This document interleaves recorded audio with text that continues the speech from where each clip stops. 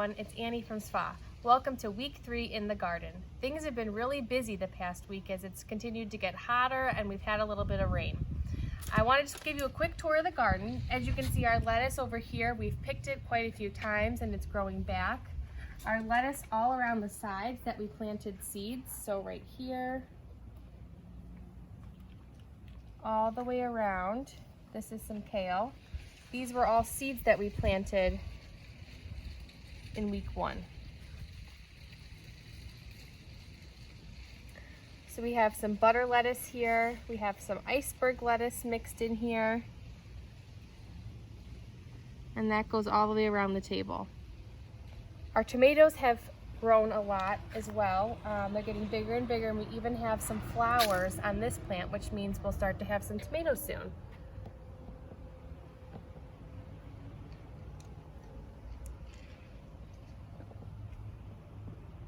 I wanted to show you guys today what we're going to do for the peppers.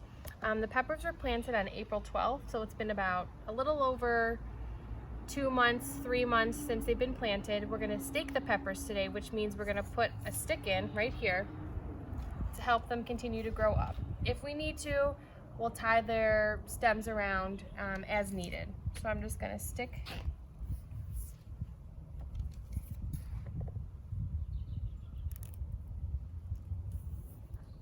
and I'm putting the sticks close to the stems, but not too close to the stems.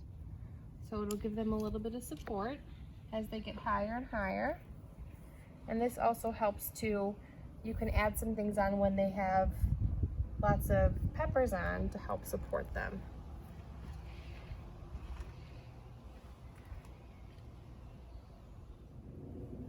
I also wanted to show you guys our butternut squash, how we grew them up this year. This is a butternut squash plant right here, and then this is a delicata squash plant right here. So our butternut squash actually has a few squashes already on the end of here. So if you can see, this is our biggest one right here. So what we'll do as those continue to get bigger is we'll put them in a little bit of support so they can still hang from the fencing and the wiring and not break the stem. Our zucchini plants have flowered a lot, and there's been a lot of zucchini on the plants as well. This is a zucchini right here that's ready to be picked. We can tell because it's a pretty good length. The color is green. And so how you pick it is you just kind of have to get in there and twist it off. And here's our zucchini.